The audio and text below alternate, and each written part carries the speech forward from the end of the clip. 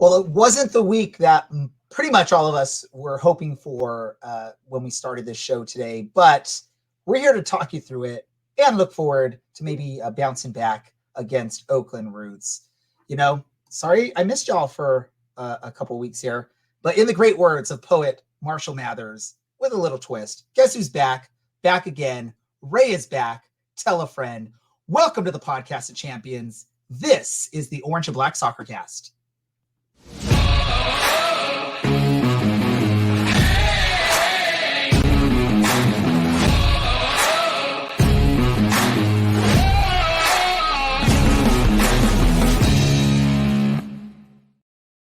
How's it going, Orange County? Welcome to another episode of the Orange and Black Soccer Cast, the first and only podcast dedicated to Orange County Soccer Club, its fans, and supporters. I'm your host, Ray Zamora. I'm here to take you through this journey as we discuss all things Orange County Soccer Club. Help me out for this episode first. The gentleman that did a great job filling in my spot last week, Mr. Brad Polanski from Vegas. Thank you for stepping in last week, Brad.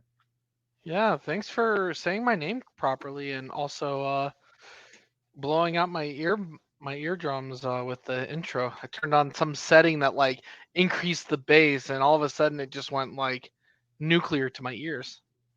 Well, maybe it just made my voice sound a lot better than it normally sounds. So thanks for that setting, Brad's earphones, computer, whatever it was. We have one other person helping us out. This person's been asking to be back on the show forever, and we finally welcomed him back. That is the person known as OC Soccer Dad, Russell. Okay, I know we've talked about this in the past, but how do we say your last name? Just tell me, and I'll forget. But Buto, like a beautiful toe. Just remember a beautiful toe, and then you'll say Buto. So whenever we see your face, we're going to think of a beautiful toe, Buto. Yeah. Welcome, Russell, to the show. How you doing, man? Welcome back. I'm doing as well as I can after a Saturday night like that, But the good news is I get to wear my gnarly jersey because I'm not permitted by the family to wear this to the matches because they say it's too obnoxious.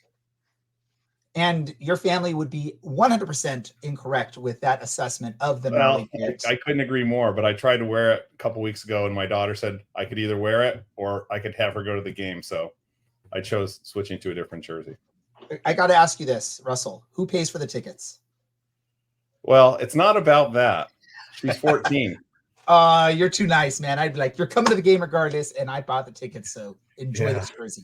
But we're not here to talk about the gnarly kit. We could spend a whole episode talking about the greatness that is the gnarly kit. But we're here to talk about, unfortunately, a couple of poor results from Orange County over the past week, and then look ahead to maybe what's coming up here and hopefully a good solid rebound. I'm just going to ask you this. Before we get into the assessment of these matches, I just want to ask. I'm going to go to you first, Brad. Let's do a scale of 1 to 10. How would you rate Orange County's two matches this week, their performance in the two matches?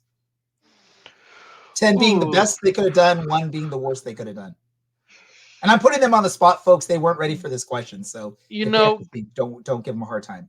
Yeah, I'm gonna ask for a little clarification. Do I rank them individually or combined? Combined, the week combined.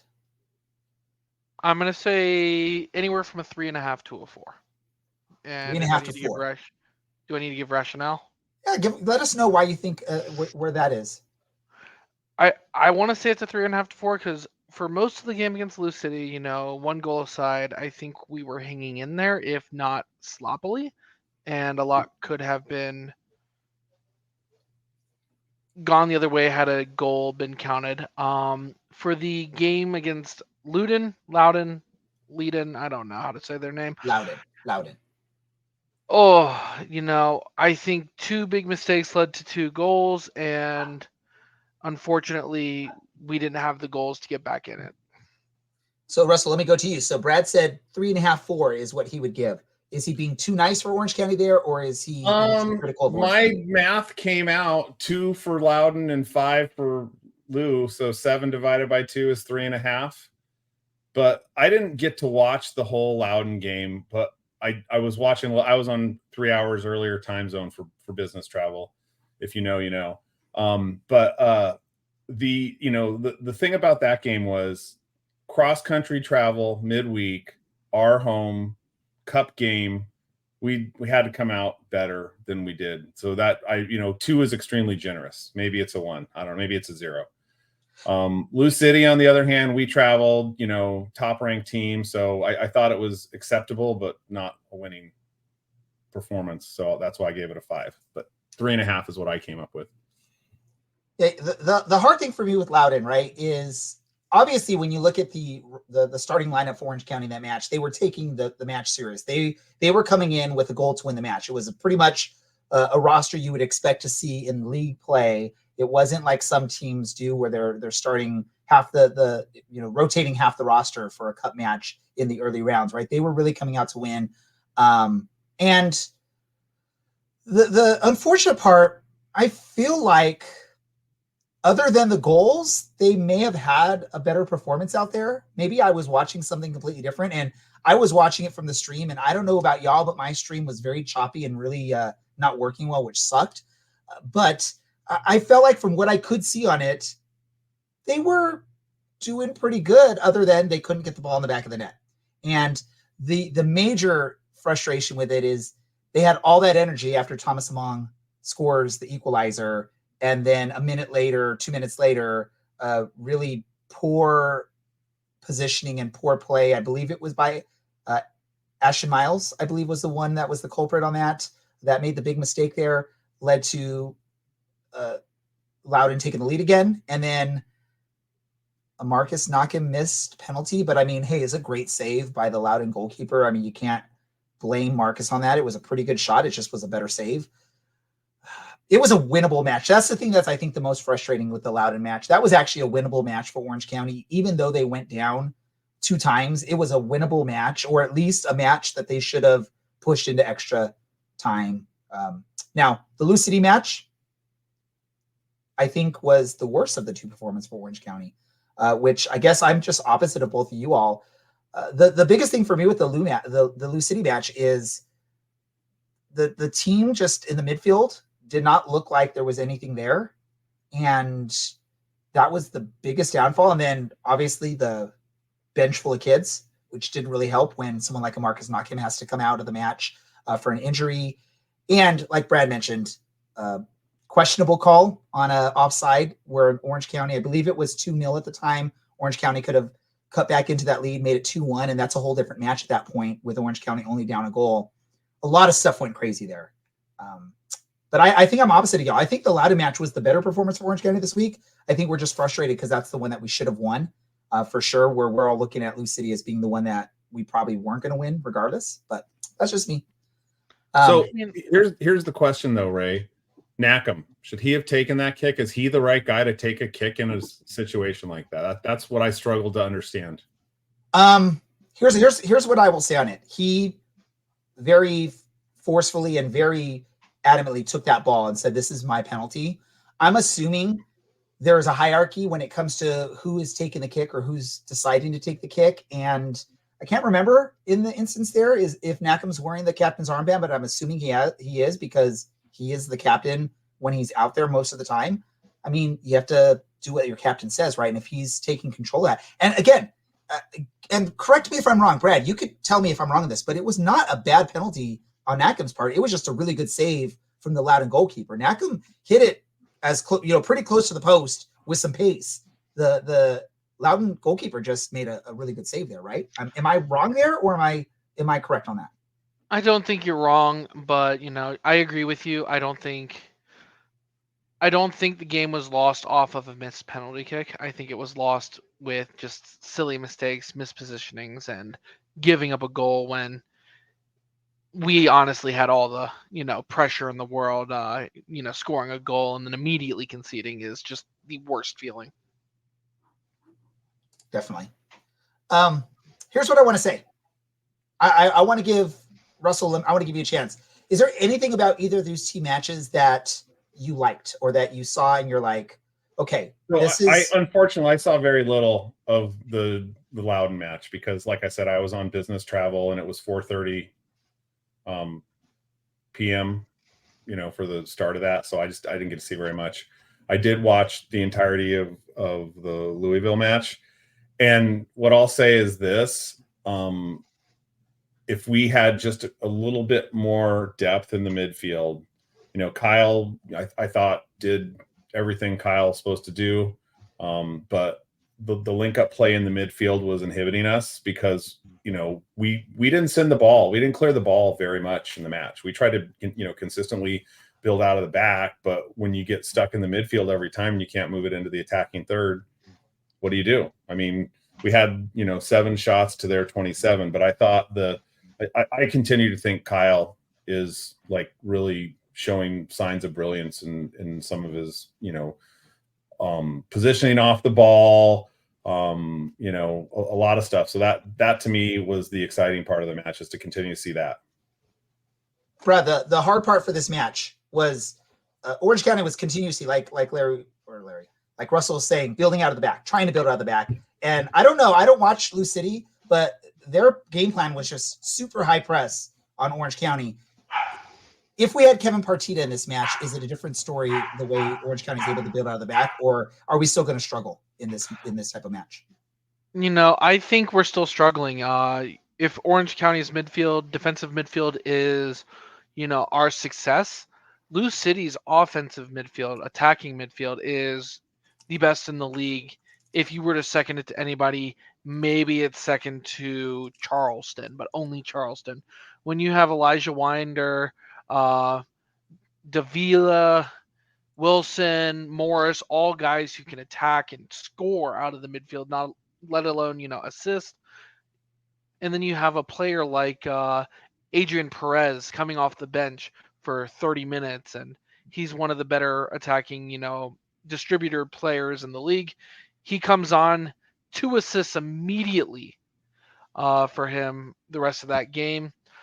I agree. I think our issue here was more we don't have the substitutes or the depth right now.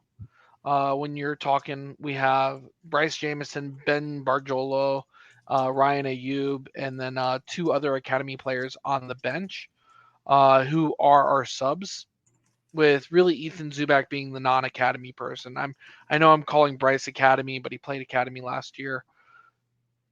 It's really tough when you're going against a team that has Amadou Dia, Neal McCabe, Sam Gleedle, Aiden McFadden, and the aforementioned Adrian Perez coming off the bench. That's just one of the deepest teams in the league. They're going to make you, pay for being tired, and that's what they did. They controlled the midfield, and I really do think Kevin Partita would have helped, but he wasn't a solution. We're missing something on the attacking key there. And I'll say this, if you look at Lou City, they've scored 26 goals so far this year. So they're scoring very consistently. And, that was going to always be the challenge, is how do you stop them? I would have liked to have seen us hold them to 1 goal or 2 goals. That 3rd goal was just kind of insult to injury. That would have been a little bit of a bright spot to me if we could have kept them at 1. Because we're not scoring anywhere near as many as they are. But, they're also right up with us in terms of, goals conceded, So, in fact, they're ahead of us as I look at it. So, that combination, right, score a lot of goals and, don't allow a lot. That's a combination, goal differential. It's such a great stat for them. And we saw there, as you were talking, Russell, the game flow chart, courtesy of American Soccer Analysis, pretty much favorable to Lou City that whole match, which I think anyone I know there's always the controversy about all the statistics and all that stuff and just the eye and seeing what you see, but I think it's all in step there. I think we all agree Lou City was the better team. Orange County was struggling, and both the eye and the chart show that. Quick question, and then we'll move on to what's happening upcoming and see if Orange County can bounce back. We talked about the questionable call that could have changed potentially the flow of the match, that offside call on the goal. I'm not going to ask for your analysis on it. I just want a yes or no. Was it the correct call, Brad? Camera angles are so tough to tell. I'm not going to answer that. You've got to give an answer, Brad. I'm making you all give an answer. Then I'm going to give it to the person who's professionally trained. I'll say yes. Okay. What about you, Russ? I'm going to say no. All right. That's simple as that. I'm going to say no. My eye, when I'm watching that, it's a no to me. Even with the weird angles, I get it. It's what happens. We have to live with it. But I'm going to say no, and it could have changed the momentum in that match. Orange County. Now, at this point, Orange County has to bounce back after a poor, week span of matches here. And to do so, they're going to have to do it against an Oakland Roots team. That's probably not the easiest team to bounce back on against. And to help us out in previewing this match, we've brought a friend of the show back, Mr. Peter Bloom from RootsBlog. Peter, welcome back to the show, first and foremost. Hey, guys. Thanks for having me. Thank you for taking some time to talk with us about your team, Oakland Roots, and hopefully they'll find a way to struggle against Orange County in this upcoming match, but not saying that'll in fact happen. Tell us about this. How's Oakland looking? How's their season going so far? I was going to say, you guys are looking to bounce back, and if you are looking for a team to bounce back against, can I interest you in the Oakland Roots? They are struggling. They started the season 2-1-5 with some, quality results. They drew Charleston. Admittedly, it was week 2, and Charleston had to fly 3,500 miles out here. But it just sort of went downhill from there.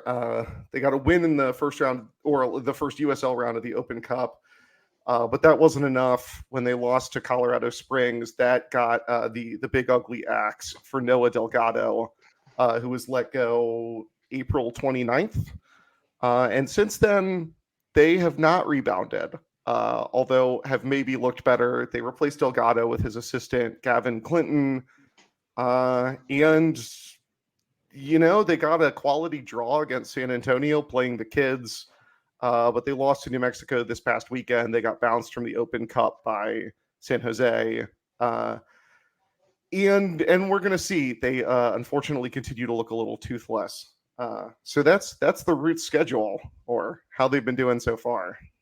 So what you're telling me is I have no idea what I'm talking about. I'm completely wrong in my assessment that it's a tough upcoming rebound match for Orange County. The only reason I say it's a tough rebound match is Oakland is the home team here. So as much as I love to, be a homer for Orange County isn't playing well, and they're on the road in Oakland. And I believe these Orange County Oakland matches have always been pretty competitive, if I can recall. So it's not like it's something where Orange County has this history of destroying Oakland or dominating Oakland in stuff. And again, correct me if I'm wrong, Brad.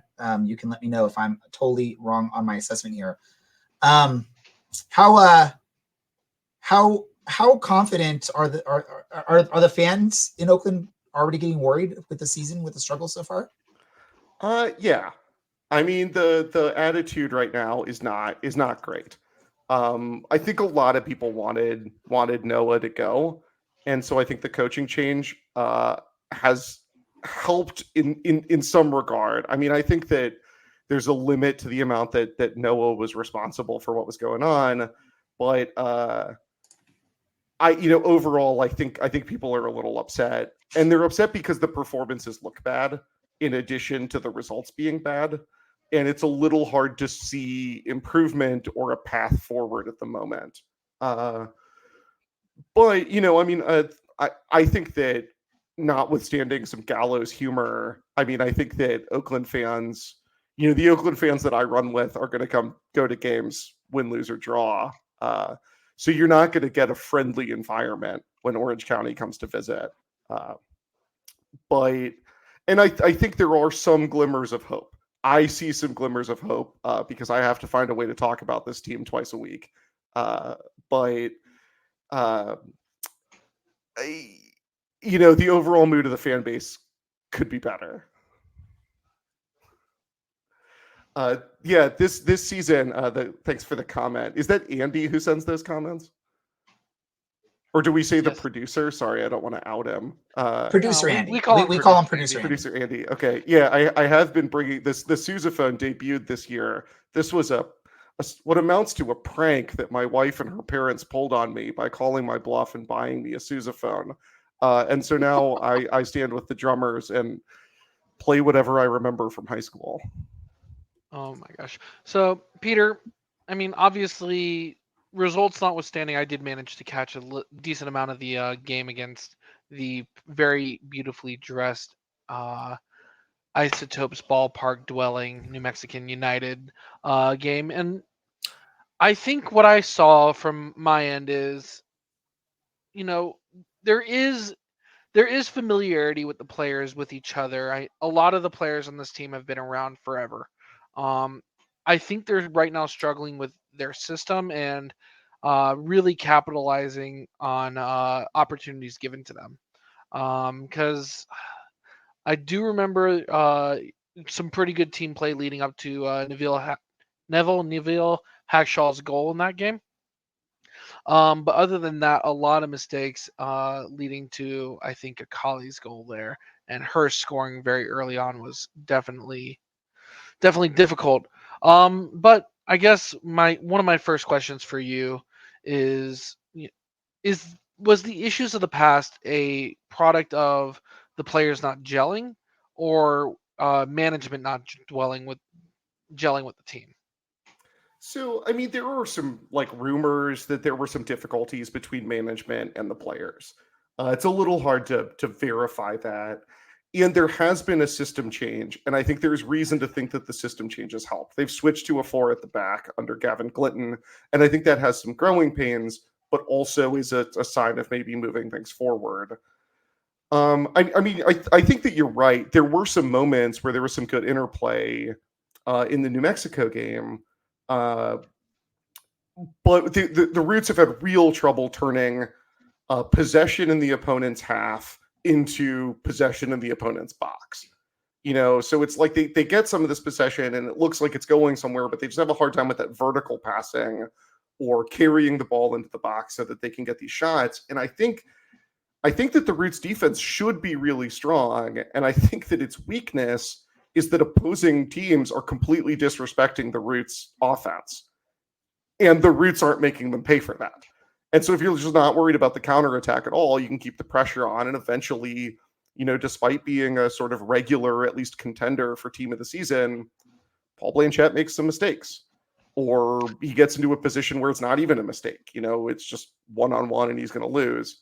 The New Mexico game was unfortunate because that first goal, I think, was largely a product of the sun being directly in his eyes. It's an absurd park that they play in New Mexico. And it's still a big mistake, right? I mean, if the keeper shouldn't play the ball short if he can't see ahead of him because of the sunlight. But I think maybe it's not the mistake that it looked like. It wasn't a terrible pass. It was a risky pass that was sort of a mistake. All right. My next question, I mean, you alluded to it already. A defense with Camden Riley, Niall Logue, and Memo Diaz is always going to be a pretty good defense for me. So the offense is lacking, is what you had said. And then Paul Blanchette, we know him, Paul the Wall.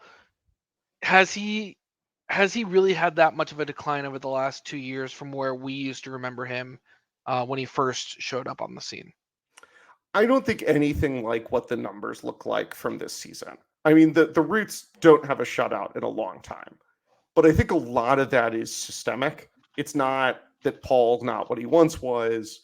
It's like he's had a kind of a rough stretch, but mostly he's just getting in these positions where it's just impossible. The second New Mexico United goal is a good example. I mean, that was a free kick in a dangerous area, and the ball goes between the heads of the two guys in the wall and sneaks in the near post corner. And what are you going to do about that?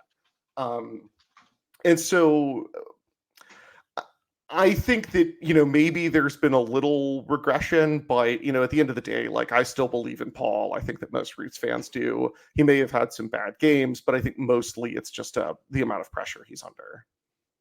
All right. I got one more question. I'm going to steer away from soccer with this question. I think you have an idea where I'm going now. I'm not going to name names because I do know the ownership of the other group. However, they align themselves with Mr. John Fisher, the San Jose Earthquakes. And this is a very similar situation to what we saw here in Orange County with Los Galaxy 2 a couple years ago, where the MLS tries to enter a market. It wants to take over because of the competition there. And Bay Area, very similar to LA in terms of proximity between these giant markets. How much of a threat does the Oakland Roots see the Town FC as competition, given that they're playing on the other side of the Caldecott Tunnel, and just MLS Next Pro as a different competition as well? Yeah, that's an interesting question, and I would like to know what the Roots front office thinks about that, because they're not going to give me a straight answer on how much of a threat they see. But I'm not that worried about Quakes 2 or the Town or whatever they're calling themselves, preposterously calling themselves the Town FC and playing in Moraga. I'm not going to field any questions about where the Roots are playing right now. But I think that the biggest obstacle to the Oakland Roots right now is getting a venue, is finding a place that you can play a USL level game in Oakland.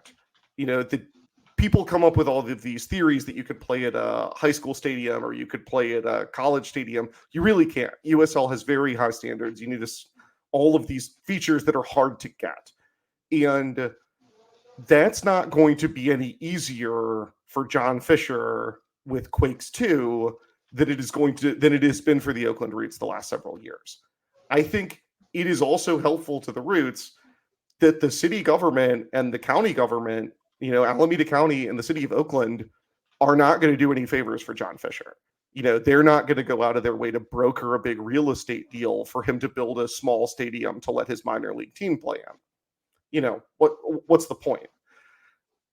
And so I think that, it's like my kind of, I don't think that Quakes 2 are going to get anywhere really unless the Roots have to fold for their own reasons. And the only way that I could see things getting really problematic is if Quakes start, I don't know, negotiating deals with the Roots' big sponsors so that they sponsor the Quakes instead of sponsoring the Roots, and then suddenly the Roots, revenue dries up. But I don't know. The Quakes don't draw a ton of eyes right now. If they weren't, they're not drawing significantly bigger numbers than the Roots. It's a little hard to tell, the self-reported numbers. And I know relatively few Roots fans who like the Quakes, despite being, the kind of sickos who want to watch any kind of local soccer they can get their hands on. It's just I don't know. San Jose feels very far away. And it doesn't feel culturally the way that Oakland feels or the way that supporting the Roots feels. So I'm not in the immediate term concerned about it. I just talk a lot of shit about it on the internet because I don't like the guys who own the Town FC. That's not fair. I don't like one guy involved with Town FC. So it does bring up, Peter, a whole interesting theme. Galaxy 2, the MLS Next Pro team for Galaxy, which was in the championship, has now rebranded as Ventura County FC.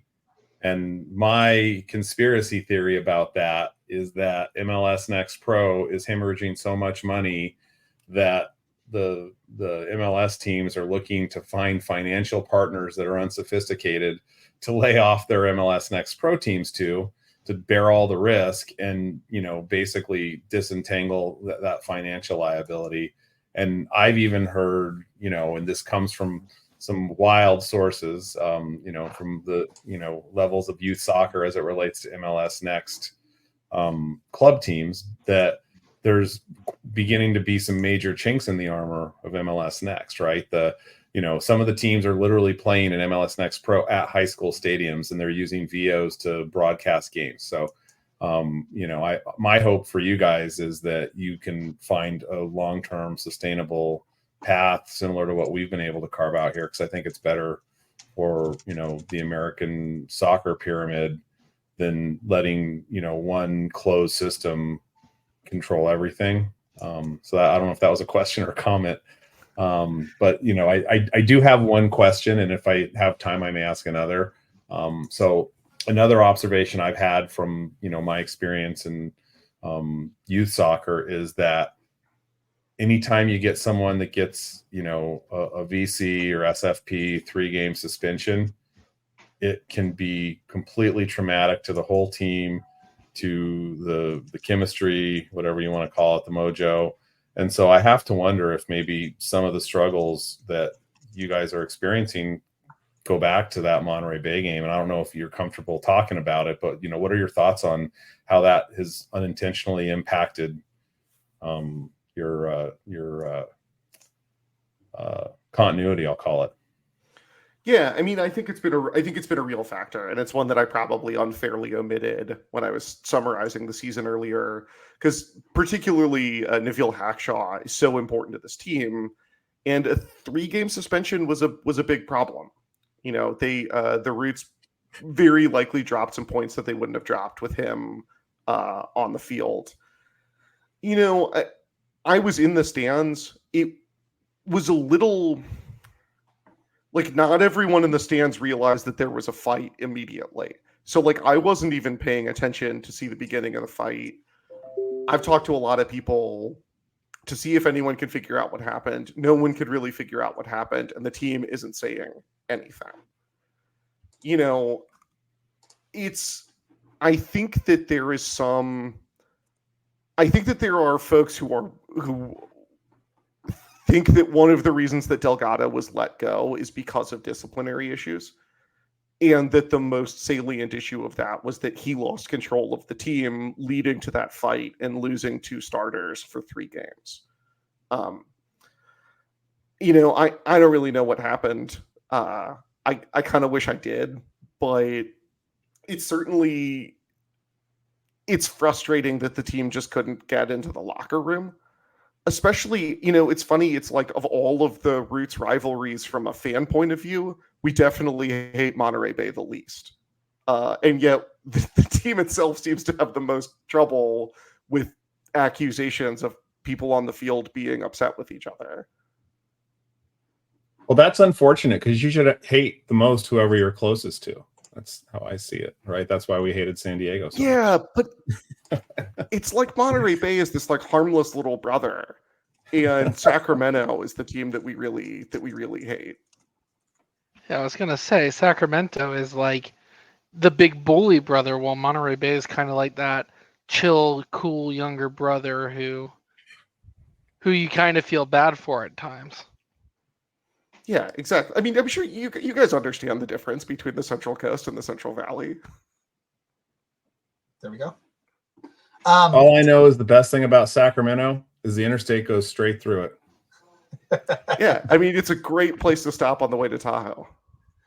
You know, here's what I'd love to talk. I'd love to hate on the Central Valley a lot more here, but we do have to wrap things up. We do have another guest waiting to jump on here, but I do want to say this really quick, Peter. First, let our listeners know if they want to hear more or read more from you. Where do they go for that stuff?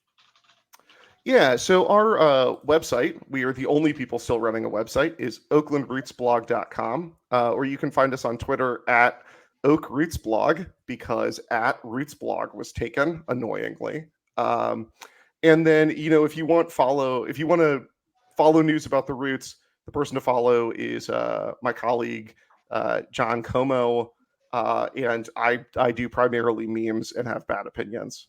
So, you know, my Twitter account's up there, but, you know, follow at your own risk. I do have one more 2-part question. It's super short. Part quick 1, answer, will you be coming to Orange County? I will not. Okay. Sorry, it's a long answer. Okay. I am welcoming my first child in the next couple of weeks, and am likely to have gone to my last Roots game of the season. Congrats. Well, the part 2 was with the Sousaphone travel, so I guess that's not relevant. Well, look, it may be next year, but that's going to be really on your stadium and your front office, whether they'll let me bring the Sousaphone on. We'll see what we can do for you there. Yeah. You're a good friend of the show. We'll talk to some people. Maybe our next guest can pull some strings. We don't know. But let me just say this real quick, Peter. Thank you so much for taking some time to join us here. And I'm going to leave you with this.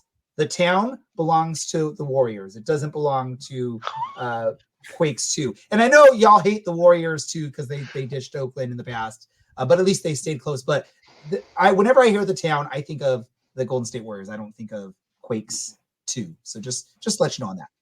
Thank you so much, Peter, for joining us. Yeah, thanks for having me. Awesome. It's great.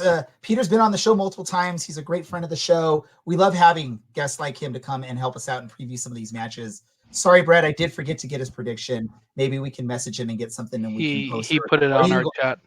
He did put it on the chat. Thank you, Peter, for catching that. And I dropped the ball on that. But we got to move on. We have another guest. Wait. Before he joins, hey, Michael. Peter did say, I said he had his prediction. It is 1-1, a draw game between the teams. We can't just say he gave it to us and then not share it. I figured we would give it out when we talk about the contest going on. We'd be able to share that, but that's perfect. That works, Brad. So I guess the big introduction, it's going to just change. We're going to welcome Michael Rodriguez. Many of you will recognize the face from his time with CLC a few years back, but now he actually is working for Orange County Soccer Club. Tell us what you're doing with the club right now, because we were talking backstage about what your title is, what you do. What do you do for the club? Yeah, so essentially I manage all the events for Orange County Soccer Club, community outreach, that type of stuff with the street team, as well as the in-game activation, stadium hosts, and then I'm in charge of all the digital aspects, all the Meta, Instagram, Facebook ads, all that stuff. So I'm kind of all over the place, but so the role encompasses it would be like marketing manager for digital and events. So that's essentially what I do in a nutshell, but I'm everywhere. And I'll say this, Michael, I was a rude host. I didn't welcome you to the show. So first, now let me say welcome to the show. Thank you. Ray. Let me just say this. We're excited to talk to you because since you've been with the club, I think fans have noticed there's been a really big growth in what the team is doing, events wise, marketing wise, street team wise, all this stuff. And I know you've been a part of all that. What's the process been to try and get this ramped up? Because for us longtime fans that were there 4, 5, 6 years ago, there was very limited knowledge and visualization of this team outside of the fan base. What has it been like to sort of ramp this up, and what have you done to push that and make it even stronger and bigger than it was before you got there? Yeah, when I joined back in October 2022, so it's been like a year and 8-9 months or so. But I feel like my role is a lot more behind the scenes stuff, or at least it used to be until I started hosting. But it's a lot more behind the scenes stuff. So kind of just like organizing and executing events, like I mentioned. But I think one of the biggest things that we've been able to do successfully is kind of just go into different areas that we haven't had much success in around Orange County.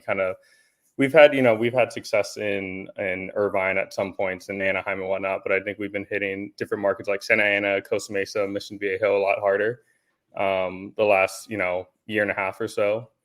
Kind of just the way the team has grown. When I hired in October 2022, we had 3 people on my team, 3 street team, and now I manage 15, 17 people.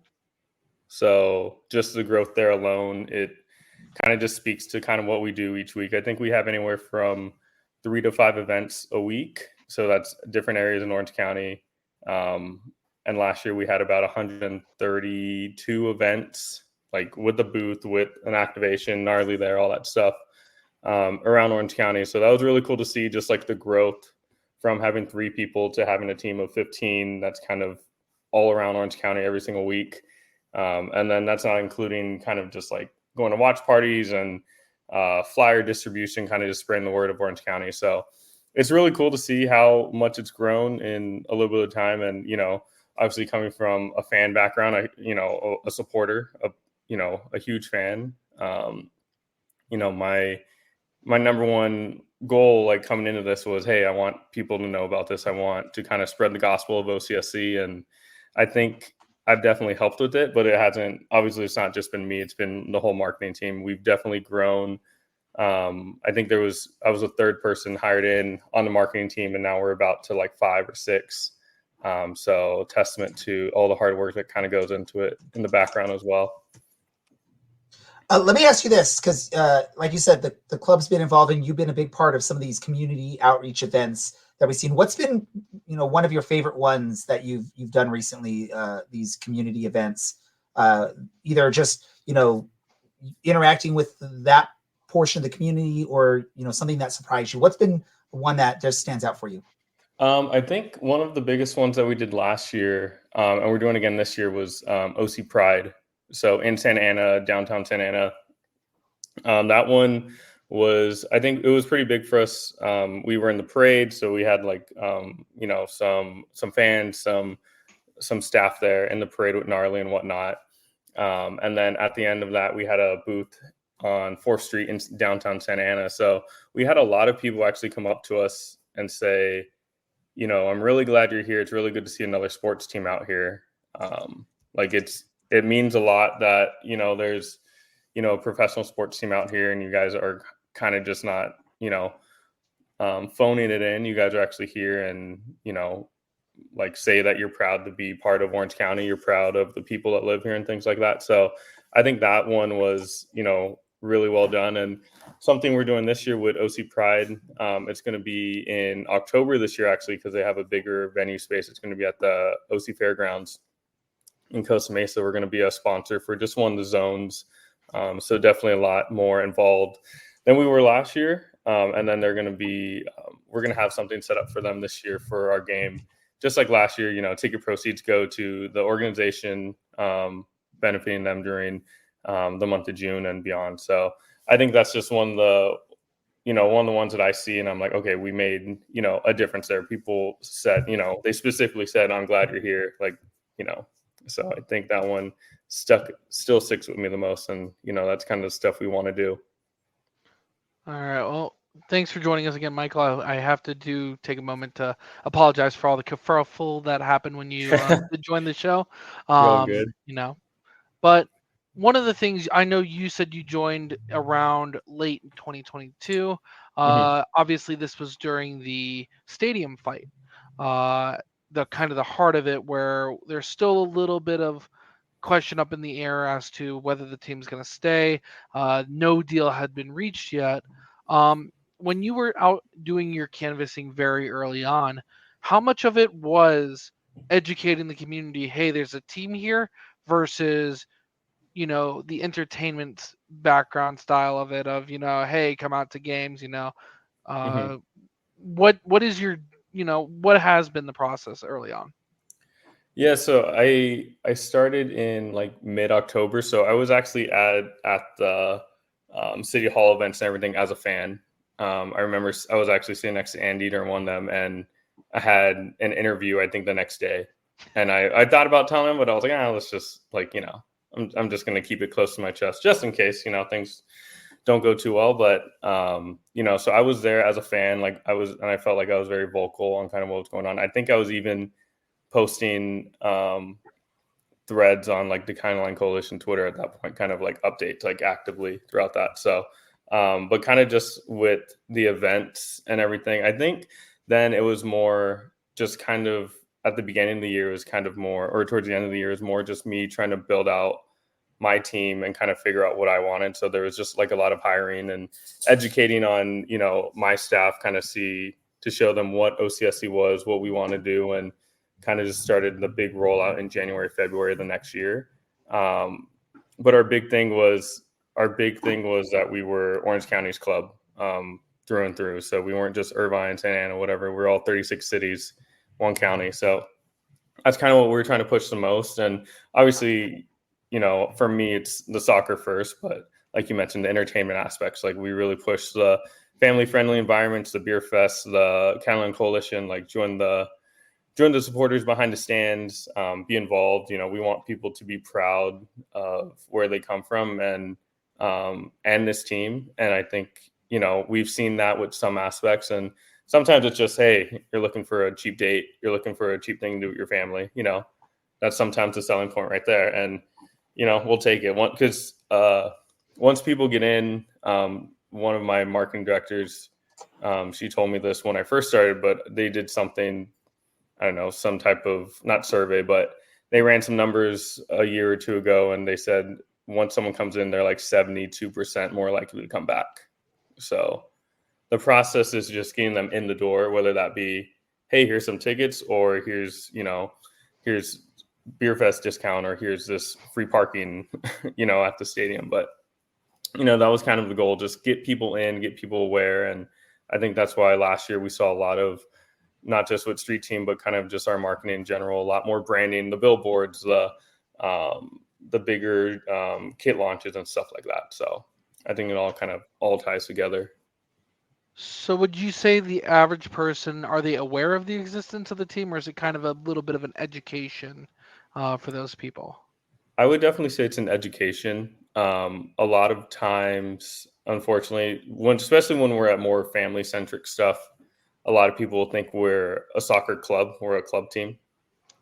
So that's kind of where the difficulty lies. And sometimes people, the second we say, "Oh, we're a professional team," they just turn around and leave because they're looking for the strikers, or they're looking for Juica or whatever. So that's kind of been the most difficult hurdle right there. But so I think the biggest help with all of that has kind of been Gnarly, our mascot. So Russell rocking a Gnarly jersey right there. But Gnarly, it's an enigma. It's very interesting character to deal with, and it definitely draws people's eyes. No matter where it goes. So whether it's walking down, 4th Street in Santa Ana, or if it's walking down the Irvine City Hall front area, it catches people's eye and they're like, "What is that?" So I think that's been our biggest not draw, but gets people to notice kind of what's going on and who we are. So they kind of identify us with Gnarly. If they see him, they instantly know, we're there, we're present. So always a hit. So I will say this about Gnarly. Devin Kerr and I had a bet that he lost, and he owes the club a game where he comes and wears the Gnarly costume. I don't know if you knew that, Mikey, but Devin Kerr owes that to us. So we need to work on that. It's almost like a random thought, but it's too early. So I have 2 questions. And so I remember when you left. I remember when you left the Discord, Mm-hmm.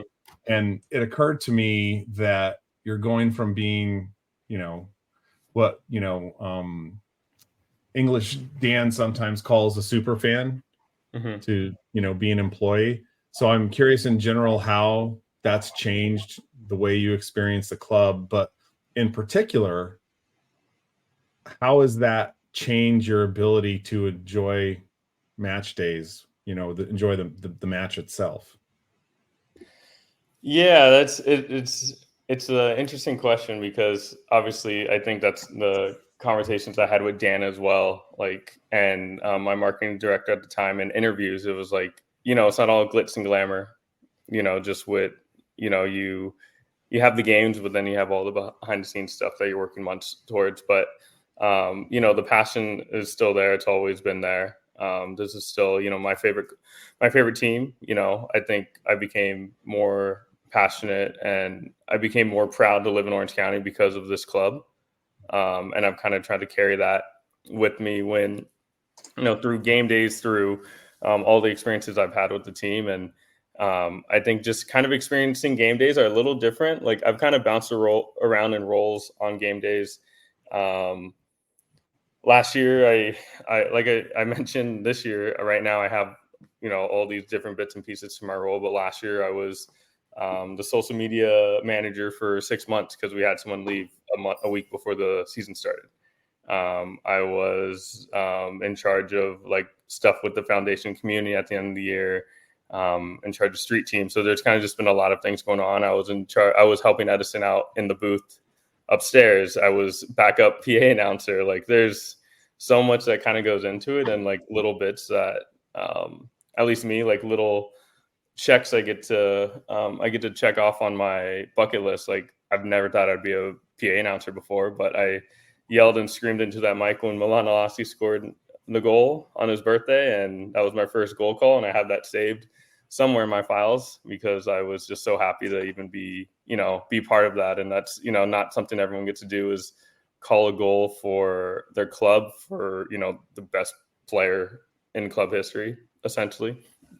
But I think, right now what my role is kind of just activating Street Team stuff in game. So it's sending out the street team to, either they have the flags or they're gnarly or the t-shirt toss or different, trying to get the crowd energized during the game.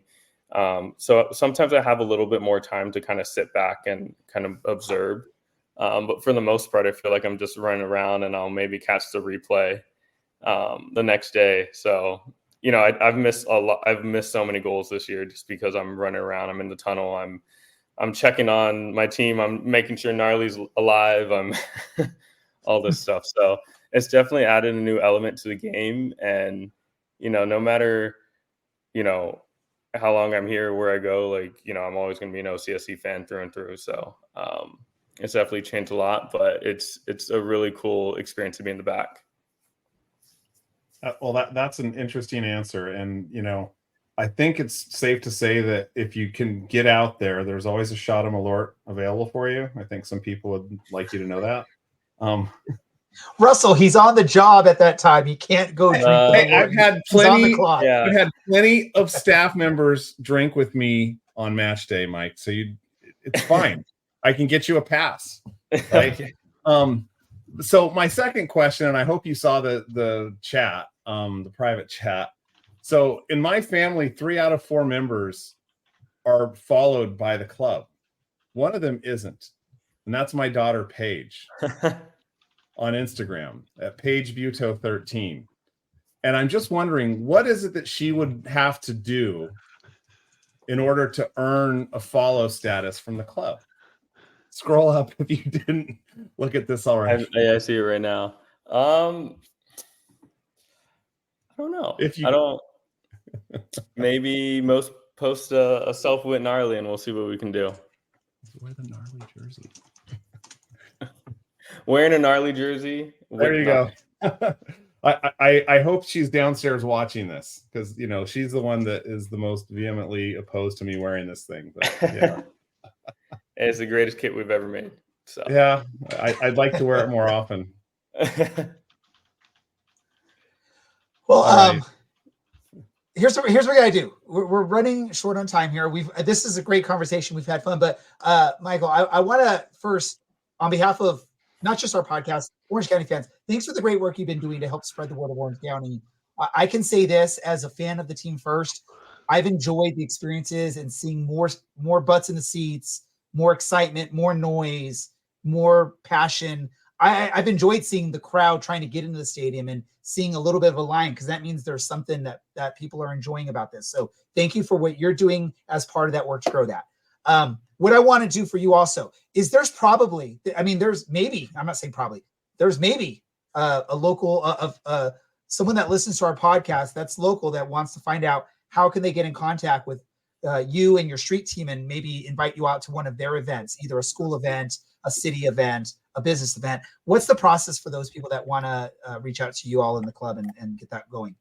Yeah, so you can either reach out to me directly, or we also do have a form I can put in the chat right now on our website. So even if you don't remember this form here later, you would just go to the OCSC website, go down to community, and the drop down it'll just be Gnarly and street team appearance requests.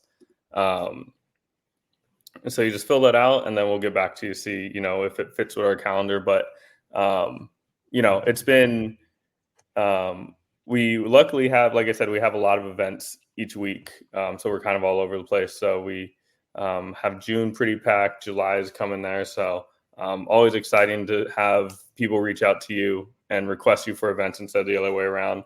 I think that's kind of where we're at now, which is a good thing to see. We have cities and organizations reaching out to us and they want us there instead of us wanting to be there.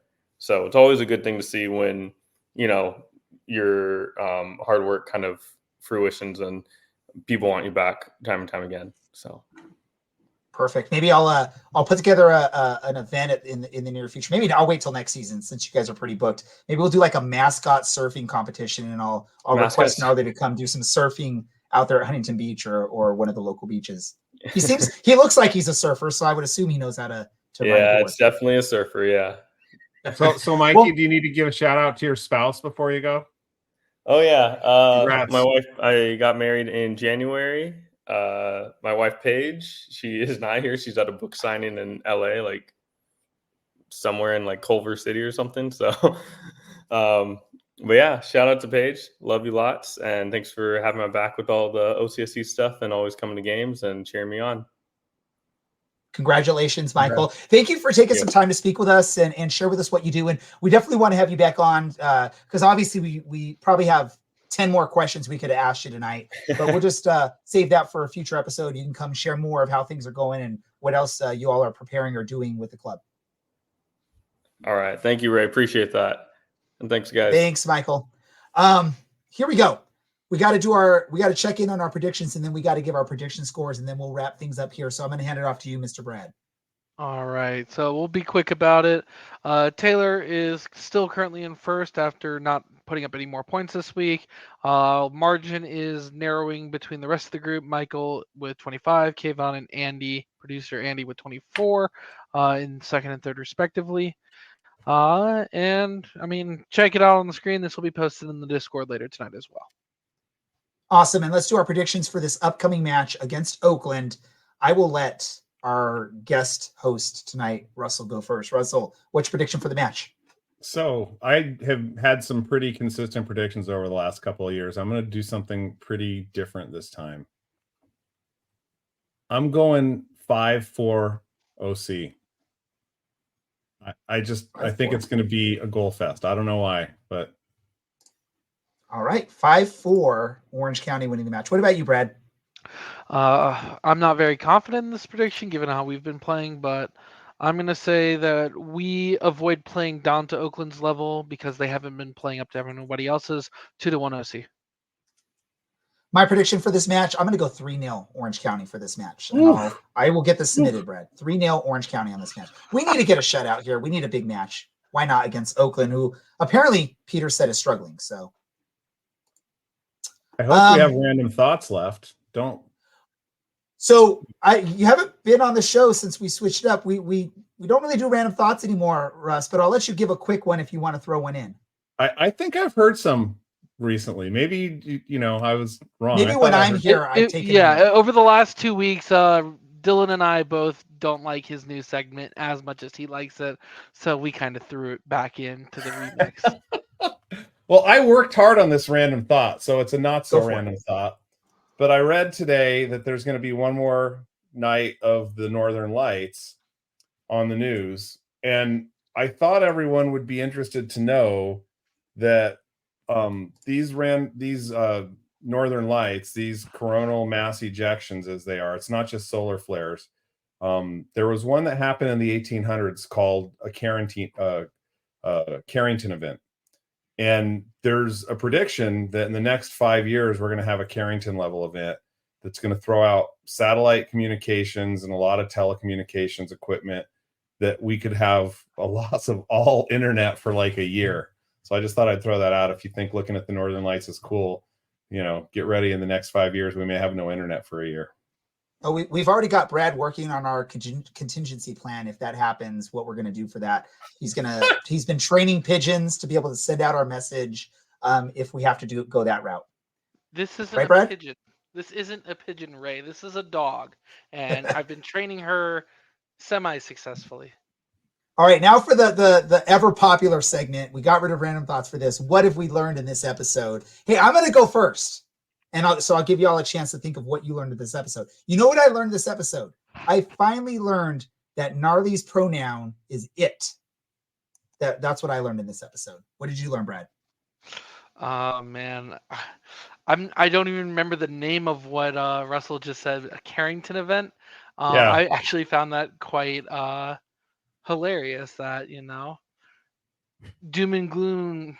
Imagine the world without an internet for a day, and all the TikTok kids are learning what it was like to be. I mean, even me as a kid, because I was around at the very, very beginning of the internet boom. Thus, Brad, get those pigeons trained because we may need them. Russ, what's your random thought, or not random thought? What did you learn in this episode? I learned that Oakland City politics are as bad as Irvine City politics. I never really thought about it, but they're screwed up there. Well, I want to thank Brad and Russell and producer Andy for the show. Also, our guests that have joined us for this episode, Peter Bloom from RootsBlog, Michael Rodriguez from Orange County Soccer Club, plus all of you that paid attention to us, chatted in the comments, enjoyed what we had to talk about. I'm glad you did. And I'm glad to be back. I missed y'all for the last couple of weeks. So I hope you enjoyed this episode. Make sure you follow us on social medias, follow us on your local or your favorite podcasting platform, and give us a thumbs up in any instance that you have an opportunity to do that on the podcasting forums, on any of our social media. Do it. We like it. We like to see those thumbs. With that said, I'm Ray Samora. This has been the Orange and Black Soccer Cast, and we are out.